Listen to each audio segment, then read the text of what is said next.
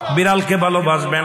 ও মুসলমান শুনে নাও, আল্লাহ নবীজি, ও মুসলমান শুনে নাও, দিলের কান্ডা লাগা শুনে নাও, পৃথিবীর মধ্যে মহামানব যারা আছে দুনিয়ার মধ্যে বিড়ালকে ভালোবেসেছে।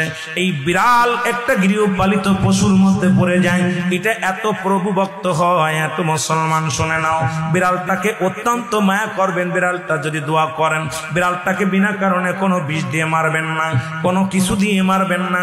ও মুসলমান শুনে নাও, বিড়ালটাকে যত্ন করবেন। বিড়াল যদি অভিশাপ করে, বিলাই যেটা বলা হয়, অভিশাপ করলে সঙ্গে সঙ্গে আমার আল্লাহ কবুল করে নাই। বিড়ালের অভিশাপে মানুষ ফকির হয়ে যায়, বিড়ালের অভিশাপে মানুষগুলো ধ্বংস হয়ে যায়, বিড়ালের অভিশাপে দুনিয়ার সংসারের মধ্যে অশান্তি লেগে যায়। বিড়ালকে ভালোবাসলে, ও মুসলমান শুনে নেও, এই বিলাইকে ভালোবাসলে, বিলাই যদি দোয়া করে, বিলার দোয়ায় আল্লাহ দরবারে অনেক ফায়দা লুটতে পারবেন। জোরে জোরে চিল্লায় বলা যাবে না মারহাবা।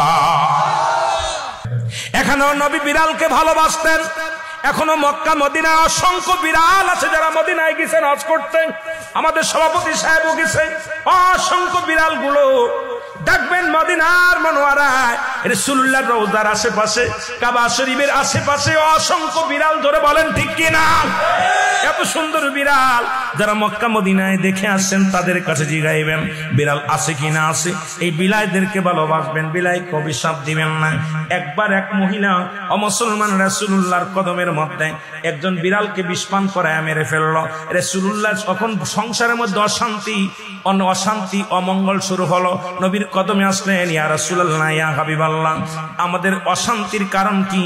জিবরিল আমিন এসে বলে, ইয়া রাসূলুল্লাহ, ইয়া হাবিবাল্লাহ, উনি যে বিড়ালটাকে পালন করতেন, ওই বিড়ালটাকে অনেক কষ্ট দিয়ে মারছে, খানা দেয় নাই, ঘরের ভিতর আটকায় রাখছে, নির্যাতন দিয়া মারছে।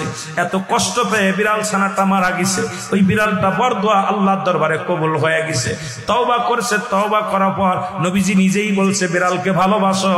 আর নবীর সাহাবী আবু হুরায়রার কোসের মধ্যে একবার বিড়াল নবীজি আলোচনা করতেছিলেন সাহাবীদেরকে নিয়ে। বিড়াল ছানার পিতা আবু হুরায়রা, আল্লাহু আকবার বলেন না। বিড়ালের পিতা হঠাৎ করে কোসের মধ্যে বিড়াল ডেকে উঠছে।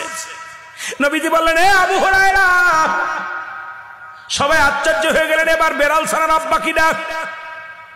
হঠাৎ করে আব্দুস শামস আব্দুর রহমানের কোসের ভিতর থেকে একটা বিড়াল বাইর হয়ে আসলেন।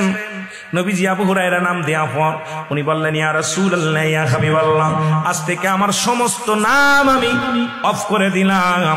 আমার নবী আজ থেকে বিড়ালের বাবা বলে আমারে ডাকছে, আমি বিড়ালের বাবা হই। জগৎ বিখ্যাত একজন সাহাবী, যিনি পৃথিবীর মধ্যে বিড়াল ছানার পিতা নামে আখ্যায়িত। জোরে জোরে চিল্লায় বলেন মারহাবা।